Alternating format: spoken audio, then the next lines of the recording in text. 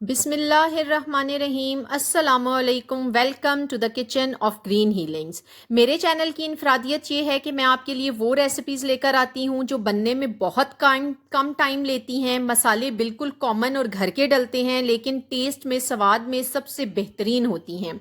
मेरी पिछली जो भिंडी की प्याज की सब्ज़ी वाली वीडियो थी उस पर आपने बहुत ज़्यादा प्यार शो किया, बहुत लाइक किया है, बहुत से लोगों ने सब्सक्राइब किया। आप लोगों का बहुत शुक्रिया और मुझे उम्मीद है कि इस वीडियो पर भी आप ऐसा ही रिस्पांस शो करेंगे। चलते हैं रेसिपी की तरफ। यहाँ पर मैंने 750 ग्राम भिंडी ली है, यानी 3 पाव भिंडी ली है, जिसे बड़ा बड़ा कट कर लिया है। फिर उसके ऊपर मैंने आधा चम्मच लाल मिर्च का पाउडर और 1 चम्मच नमक का डाला है। और इसके बाद मैं यहाँ पर 1 से 1.5 चम्मच बेसन इसके ऊपर डाल रही हूँ और इस सब को आपने अच्छे तरीके से मिक्स कर लेना है। अच्छे तरीके से भिंडी के ऊपर बेसन की कोटिंग हो जानी चाहिए। अगर तो भिंडी में हल्की नमी हुई तो बड़ी आसानी से कोटिंग हो जाएगी, लेकिन मैंने भिंडी को धोकर अच्छे तरीके से खुश किया था ताकि उसमें कटिंग करते हुए लेस ना आए। इसलिए मैं यहाँ पर 1 टेबलस्पून वाइट विनेगर यानी सफ़ेद सिरके का इस्तेमाल करूँगी। इससे ये हल्की सी नमी इसमें आएगी और जो बेसन हमने डाला है इसकी एक बेहतरीन कोटिंग भिंडी के ऊपर हो जाएगी। आपने इस तरीके से भिंडी के ऊपर बेसन लगाकर इसे साइड पर रख देना है और अच्छे से मिक्सिंग करनी है। कोई भी भिंडी कोटिंग के बगैर नहीं रहनी चाहिए।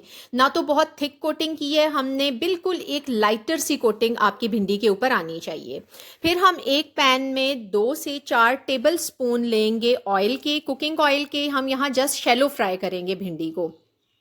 आंच आपको बताती चलूं कि आपने आंच जो है वो मीडियम टू लो रखनी है। यहाँ भिंडी हमने ऑयल में सिर्फ फ्राई ही नहीं करनी, बल्कि आपने मुकम्मल तौर पर भिंडी को पका लेना है। सिर्फ 10% कसर बाकी रहनी चाहिए, यानी कि 10 to 20% कसर रह जाए। बाकी सारी भिंडी यहाँ पर आपकी पक जानी चाहिए, अंदर तक गल जानी चाहिए अच्छे तरीके से। भिंडी के ऊपर जब इस तरीके से हल्का सा गोल्डन कलर आ जाएगा, और ये मैंने बिल्कुल मीडियम से लो फ्लेम पर इसको किया है ताकि अंदर तक भिंडी पक जाए, बेसन की अच्छी कोटिंग आ जाए, कलर भी बेहतरीन आए। जब आप इसको तेज़ आंच पर करेंगे या आंच को आप मुनासिब नहीं रखेंगे तो भिंडी का कलर ब्राउन सा हो जाएगा, वो हार्ड हो जाएगी और उसका एक अच्छा टेस्ट भी नहीं आएगा। तो यहाँ पर एक धीमी सी आंच पर मैंने भिंडी को मुकम्मल तौर पर गला लिया है। जस्ट 10% कसर बाकी रह गई है। भिंडी फ्राई हो जाने के बाद उसे मैंने अलग पैन में निकाल लिया है और दोबारा इस बर्तन में मैं पौना कप ऑयल का लूँगी, यानी कि 1 कप से कुछ कम ऑयल मैंने लिया है। इस रेसिपी में ऑयल थोड़ा सा ज़्यादा जाएगा ताकि आपकी भुनाई अच्छे तरीके से हो जाए। गरम करने के बाद 1 टीस्पून सफेद जीरा यहां मैंने लिया है, जैसे हल्का सा ऑयल में कड़कड़ा लेंगे।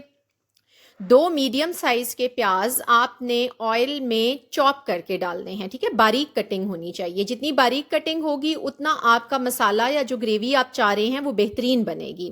यहाँ चॉप्ड 2 मीडियम साइज के अनियन मैंने लिए हैं, जिन्हें प्याज में मैंने गोल्डन सा टच दे दिया। आप देखिए कि ये कलर जब आपके प्याज का आ जाए तो बस यहाँ से आगे हम अपना अगला प्रोसेस स्टार्ट करेंगे। बहुत ज़्यादा इसको ब्राउन कलर नहीं देंगे, आपने गोल्डन सा कलर अपने प्याज को दे लेना है। फिर मैंने 4 मीडियम साइज के टमाटर जो हैं उनको अच्छे तरीके से ब्लेंड कर लिया है, ठीक है। पेस्ट की फॉर्म में टमाटर आप यहाँ डालेंगे क्योंकि हमें ग्रेवी बनानी है भिंडी के लिए। तो जब आप साबुत टमाटर डाल देंगे तो ग्रेवी इतनी बेहतरीन नहीं बनेगी। जब भी कोई ग्रेवी वाली चीज़ आप बनाएं तो चीज़ों को ग्राइंड करके डालें, आपकी ग्रेवी बड़े मज़ेदार मलाई जैसी एक चिकनी सी थिक सी ग्रेवी आपको मिलेगी। टमाटर डालकर यहाँ पर मसाले में मैंने अच्छी सी मिक्सिंग की है। उसके बाद हम यहाँ पर कुछ मसालों का एडिशन करेंगे और बिल्कुल सिंपल मसाले ऐड करेंगे। 1 टीस्पून लाल मिर्च का पाउडर, अगर मिर्च ज़्यादा खाना पसंद करते हैं तो कुटी हुई लाल मिर्च का 1 चम्मच भी आप यहाँ और शामिल कर सकते हैं।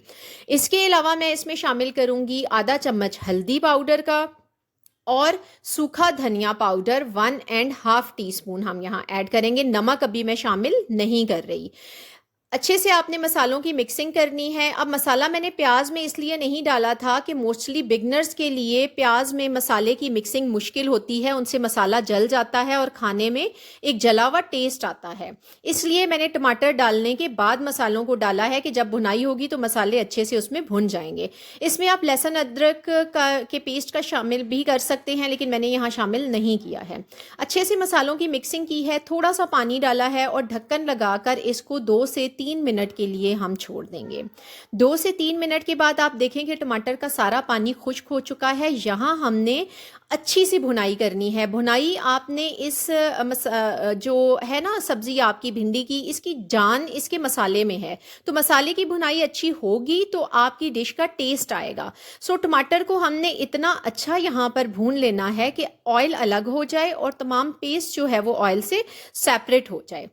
जब ये स्टेज आपकी आ जाए कि ऑयल अलग होना शुरू हो जाए, तो यहाँ पर 1 कप दही अच्छे से बीट करके शामिल करना है। अब कुछ लोगों का ये कंप्लेन होती है कि दही हम डालते हैं सालन में तो वो फट जाता है, तो आप दही डालने से पहले चूल्हा ऑफ कर दीजिए। दही आपका रूम टेम्परेचर पे होना चाहिए। अगर फ्रिज में दही रखा हुआ है तो खाना स्टार्ट करने से पहले उसे निकाल कर बाहर रख लीजिए। चूल्हा बंद कर दिया है, यहाँ दही शामिल किया है। पहले अच्छे से मसाले में दही को मैंने मिक्स कर लिया है। उसके बाद चूल्हा ऑन किया है और मुसलसल मिक्सिंग करते हुए मैंने मसाले की भुनाई करनी है। इस तरह आपका दही बिल्कुल भी नहीं फटेगा और मसाला बहुत ही बेहतरीन बनेगा। टेम्परेचर का आपने ख़ास ध्यान रखना है। दही के फट जाने की वजह एक टेम्परेचर भी होती है, तो नॉर्मल टेम्परेचर पे करके आपने दही को डालना है और चूल्हा बंद करके डालना है, तो बेहतरीन कोटिंग आएगी आपकी। अच्छे तरीके से मसाले की आपने मिक्सिंग कर लेनी है। यहाँ पर इतना पानी जब आपका दही अच्छे से भुनाई हो जाए, ऑयल अलग हो जाए, तो फिर आपको जितनी ग्रेवी की रिक्वायरमेंट है उतना पानी आपने मसाले में ऐड कर लेना है। अब मैं यहाँ पर 1 टीस्पून नमक शामिल कर रही हूँ, क्योंकि नमक हमने पहले भी भिंडी में डाला हुआ था। मिक्सिंग करनी है, भिंडी को इसमें शामिल करना है और भिंडी को अच्छे तरीके से आपने मिक्स करना है कि भिंडी के ऊपर मसाले की एक बेहतरीन कोटिंग आ जाए। उसके बाद हमने ढक्कन लगा कर भिंडी को दम वाली आंच पे, यानी मीडियम टू लो फ्लेम आपने अच्छे तरीके से उसके ऊपर कोटिंग हो जानी चाहिए आपकी सारी अच्छे तरीके से भिंडी के ऊपर, ठीक है ना। और फिर ढक्कन लगाकर दम पर हमने भिंडी को पका लेना है। यहाँ मैंने 20 मिनट के लिए धीमी आंच पर भिंडी को रख दिया है और ऊपर जो होल है इसका ढक्कन का, उसको मैंने बंद कर दिया है। 20 मिनट्स के बाद आप देखिए कि ऑयल सेपरेट हो चुका है, तमाम मसाला भिंडी ने जज्ब कर लिया है और एक बेहतरीन लुक भिंडी की आ गई है। रेसिपी को ट्राई कीजिएगा और रिजल्ट्स मेरे साथ